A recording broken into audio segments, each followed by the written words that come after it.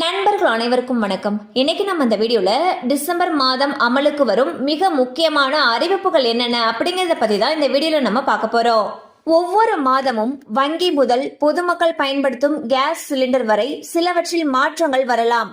அந்த வகையில் டிசம்பர் மாதம் அமலுக்கு வரக்கூடிய புதிய தகவல்கள் என்னென்ன அப்படின்றத பத்தி இப்ப நம்ம பார்த்தரலாம். எல்பிஜி மற்றும் எரிபொருள் விலையில் மாற்றங்கள், அதாவது ஒவ்வொரு மாதத்தின் முதல் நாளிலும் எல்பிஜி சிலிண்டர், சிஎன்ஜி, பிஎன்ஜி மற்றும் விமான எரிபொருள் விலைகளை எண்ணெய் நிறுவனங்கள் மறு ஆய்வு செய்கின்றன.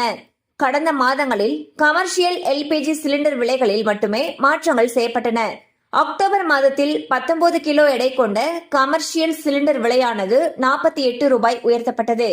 ஆகஸ்ட் மாதத்தில் 8 ரூபாய் 50 காசுகளும், செப்டம்பர் மாதத்தில் 39 ரூபாயும் உயர்த்தப்பட்டது. இந்தியாவின் மிகப்பெரிய வங்கிகளில் ஒன்றான State Bank of India December 1ஆம் தேதி முதல் சில மாற்றங்களை செய்கிறது.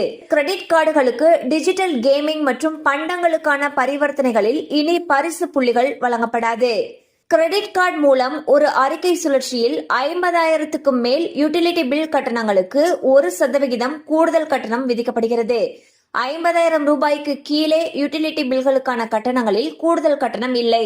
டெலிகாம் ஒழுங்குமுறை ஆணையம் டிசம்பர் 1ஆம் தேதி முதல் புதிய விதிகளை கடைபிடிக்க உள்ளது. அதாவது ட்ரை அனைத்து வணிக குறுஞ்செய்திகள் மற்றும் ஓடிபிகளின் ட்ரேசபிலிட்டி விதிகளை நடைமுறைப்படுத்தி மோசடிகள் மற்றும் பிஷிங் செயல்களை தடுக்க நடவடிக்கை எடுத்துள்ளது. ஜியோ, ஏர்டெல், வி மற்றும் பிஎஸ்என்எல் ஆகிய டெலிகாம் நிறுவனங்களுக்கு ஒவ்வொரு வணிக குறுஞ்செய்தியும் கண்காணிக்கப்படும் வகையில் அமைப்பதற்கான காலக்கெடு நவம்பர் 30ஆம் தேதி வரை நீட்டிக்கப்பட்டது.